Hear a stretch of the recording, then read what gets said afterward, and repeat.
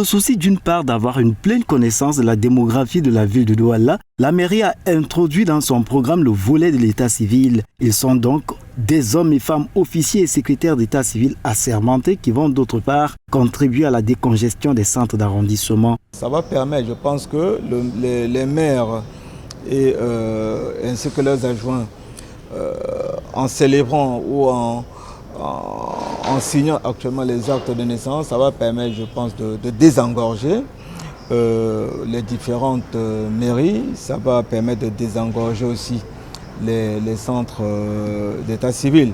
Ces préposés à l'établissement des actes ne sauraient le faire mieux sans aptitude. Voilà qu'il était opportun que le Bureau national de l'état civil, le BUNEC, joue sa partition dans un atelier de renforcement des capacités tenu à l'hôtel de ville et dont l'apothéose était ce 5 mars 2021. Plusieurs modules y ont été scrutés, de la bonne et la mauvaise application du système de l'état civil au Cameroun à la valeur de l'éthique et la déontologie. Des stagiaires en sont sortis avec du neuf. On ne connaissait pas que lorsqu'un enfant naît, il fallait déclarer sa naissance. Qui devait le faire?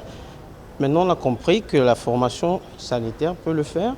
Les parents peuvent déclarer leurs enfants et que cette déclaration encourait des délais, au-delà desquels la procédure pouvait changer. La rencontre revêtait son pesant d'or, d'autant plus que ces néophytes vont évoluer dans un secteur qui recèle une kyrielle de règles à appliquer. L'attelage de la CUD avec le BUNEC se trouve donc approprié. Il est important de faire ce renforcement des capacités parce que ce personnel est jeune, essentiellement jeune, et ils sont nouveaux. Alors il est donc question d'apporter un certain nombre de régiments sur la tenue des registres par exemple, sur des modules tels que les déclarations de naissance et comment est-ce que ça fonctionne. Des séminaires de la sorte seront organisés à chaque fois que le besoin se fera.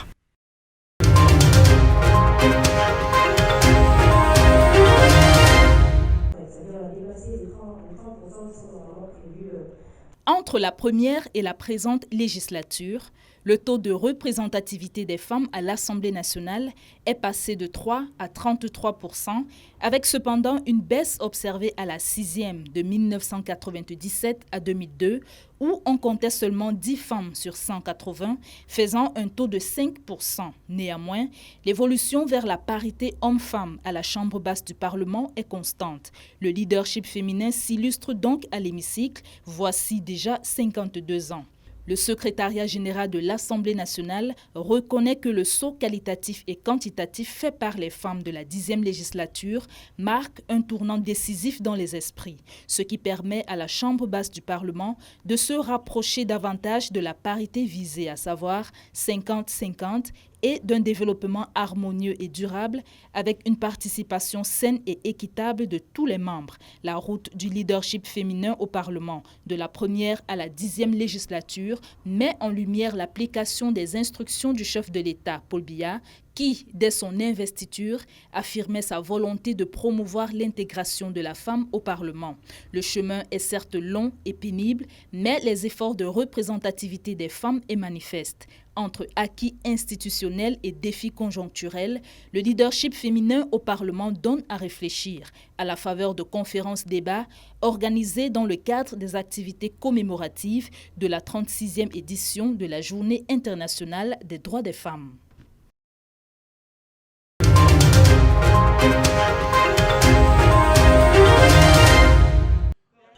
Elles se disent toutes indignées, les mères de la nation au cours de cette conférence de presse. Le prétexte, la situation actuelle qui prévaut au Cameroun. Violence dans les régions anglophones, gangs urbains dans les autres villes comme Douala, Yaoundé ou Bafoussam. Extrême précarité, associée à la secte terroriste à l'extrême nord Cameroun.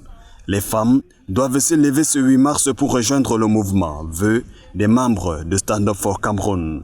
Le 8 mars, nous sommes en noir. Noir et rouge. C'est un message à nos gouvernants, c'est un message à nos leaders d'opposition. C'est un message comme quoi nous allons bientôt nous-mêmes prendre les choses en main s'ils ne nous démontrent pas qu'ils sont capables de résoudre enfin les problèmes que nous leur avons confiés.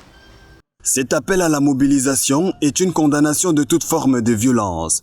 Mélanie, venue du sud-ouest, avait elle aussi à partager au cours de cette assise. Ancienne employée de la CDC et poussée par la force des choses au chômage, elle appelle à stopper la tuerie.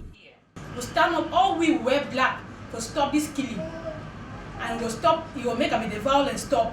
Now the only opportunity that we get, I will say, all man wear black this day. Se lever pour voir bouger les lits, c'est le souhait de Maître Alice Com qui appelle ses compatriotes à agir pour le Cameroun, soutenir les déplacés, internes et les réfugiés. Le 8 mars, journée internationale dédiée aux droits de la femme, celles qui se font appeler mères de la nation demandent aux fils et filles du pays à rejoindre les rangs de Stand Up for Cameroun, tout en noir le 8 mars prochain, afin de poursuivre la pression. Tel est le mot d'ordre lancé ce jour au siège du CPP à Douala.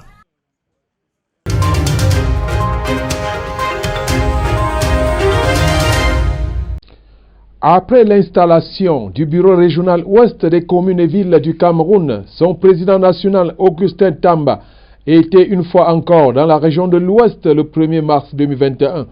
Cette fois pour une visite de travail avec les CVUC Noun, présidé par le maire Fopou Aboubakar de la commune de Massanga. Avant la séance de travail avec les élus de ce département, le président national des CVUC et sa suite ont visité les bureaux de son démembrement dans le Noun, encore en aménagement. Le musée biographique Njoyaruna, où il a été chaleureusement accueilli par la foule. Ils ont ensuite fait le tour du village artisanal et le palais royal Bamoun. Au regard des engagements de Madame le maire de la commune de Fumban et des CVUC Noun, le président Tamba a promis son soutien.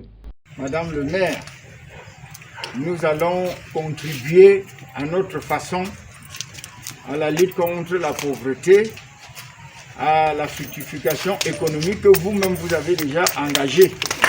La séance de travail a consisté aussi aux échanges, quelques préoccupations des élus. S'il y a une solidarité agissante qui donnerait la voie à CVUC de bien vouloir nous aider dans la réflexion à pouvoir encadrer ces déplacés. Nous voulons savoir si la CVUC est au courant de tout ce qui se passe à Fumban.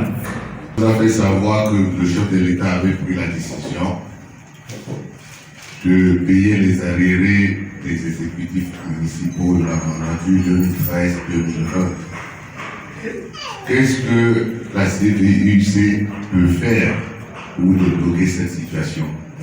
En guise de réponse, le président Tamba a suggéré une autre rencontre pour formaliser les doléances émises afin de les porter à la connaissance des décideurs.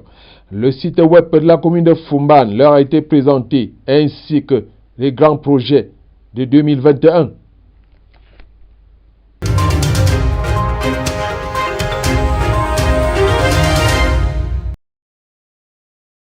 Elle a fait de la modestie son credo. Madame Adélaïde Flom Vondre, puisqu'il s'agit d'elle, est bel et bien le proviseur du lycée d'Aqua. Une responsabilité opportunément elle assignée à la lumière d'un parcours élogieux. Je suis sortie de l'école normale en 1997. J'ai enseigné, je suis professeur de philosophie de formation. J'ai enseigné pendant 13 ans au lycée technique industriel d'Onkolbusson.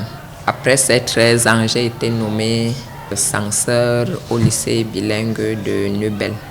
J'ai été censeur au lycée bilingue de Nubel de 2010 à 2017, novembre 2017, date à laquelle j'ai été promu proviseur au lycée d'Aqua. Fut-elle rompue à la tâche, diriger un lycée n'est pas de toute aise. Madame Vondre ajuste pourtant si bien la coordination aux côtés de ses collaborateurs. Une réussite qu'elle construit sur des socles de la perspicacité. Les hommes ont toujours cette façon à un moment donné de dire que non, une femme ne peut pas. Donc vous savez quelle tâche confier à qui, d'après les prestations des uns et des autres. La ponctualité, elle la prêche par l'exemple. C'est l'un des rares proviseurs qu'on voit qui, avant 7 heures, est devant le portail pour accueillir ses élèves. Elle accorde un point très dur sur le plan de la discipline. Il n'est pas surprenant que pour ses collaborateurs, elle soit une dirigeante exigeante de la pleine implication. Si vous voulez tricher, ici au lycée d'Aqua, vous n'avez pas votre place parce que Madame Vondo égale travail. Mais combien reconnaissante du travail bien accompli. Au fait, vous êtes récompensé, hein, à juste titre.